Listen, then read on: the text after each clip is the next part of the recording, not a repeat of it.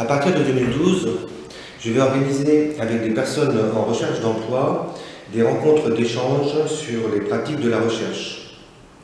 Il s'agit pour moi d'une nouvelle modalité d'accompagnement, car depuis un peu plus de 20 ans, j'ai principalement accompagné au moyen d'entretiens individuels et de l'animation de groupes de chercheurs d'emploi. Progressivement, j'ai réalisé au fil des conférences que j'apprenais plus et que j'avais appris beaucoup plus ces 2 dernières années que durant les 20 années précédentes. J'ai appris sur le marché du travail et ses évolutions et j'ai découvert, à l'occasion de nos rencontres, que se constituait une expertise appartenant au groupe et particulièrement pertinente pour orienter, faciliter la reprise d'emploi et même la création d'entreprises. Les idées sont donc confrontées. Il y a une appréhension concrète des difficultés de la recherche d'emploi qui sont discutées et partagées. Une vision globale, une analyse commune se produit. Il y a une finalité, être mieux informé pour retrouver un emploi. Il y a des échanges, des discussions, une interaction, des accords, des désaccords, une rétroaction. Il y a une prise de conscience de la complexité du marché du travail aujourd'hui.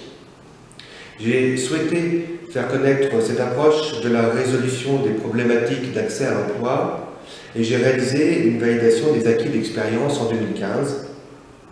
Et j'ai découvert au fil de mes lectures des auteurs et chercheurs de l'Université de Tours, j'ai découvert que cette approche portait un nom, approche ou analyse systémique. L'approche systémique est une méthode plus orientée par le présent-futur, ce que l'on appelle la prospective, que par le passé-présent. Le déterminisme, qui est une façon de rechercher la cause. Elle est plus relationnelle et globale qu'analytique, plus ouverte sur la diversité des réalités et la pluralité des solutions que sur la quête de certitudes et de réponses universelles.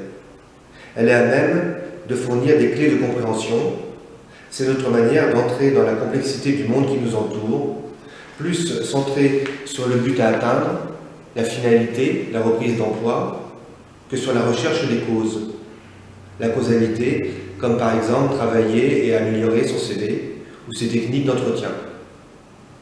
Il s'agit de coordonner des perspectives en groupe et de co-construire des hypothèses pour arriver à une réponse commune. On retrouve dans cette approche une idée de collaboration constructive qui résulte de l'association des savoirs des uns avec les autres. D'où vient cette idée d'organiser des conférences d'échange, en particulier, mais pas exclusivement, avec des seniors en recherche d'emploi? Depuis une dizaine d'années, les seniors sont venus grossir avec une constance inquiétante des chiffres des demandeurs d'emploi. Cette évolution découle directement de l'évolution du tissu économique et industriel de la France, qui a considérablement changé. La crise qui, depuis 30 ans, a vu se multiplier les délocalisations et l'apparition d'Internet a profondément modifié la société. L'essentiel de la production nationale est désormais réalisé par les TPE, TPI, les très petites entreprises et industries, les PME et les PMI. Les capacités de rémunération ne sont pas les mêmes que celles proposées par les grandes compagnies. La problématique de gestion de leur parcours professionnel conduit à imaginer et à conceptualiser une nouvelle manière d'aborder la relation du travail au moyen d'un accompagnement dont l'opérationnalité implique la prise en compte de ces nouvelles données.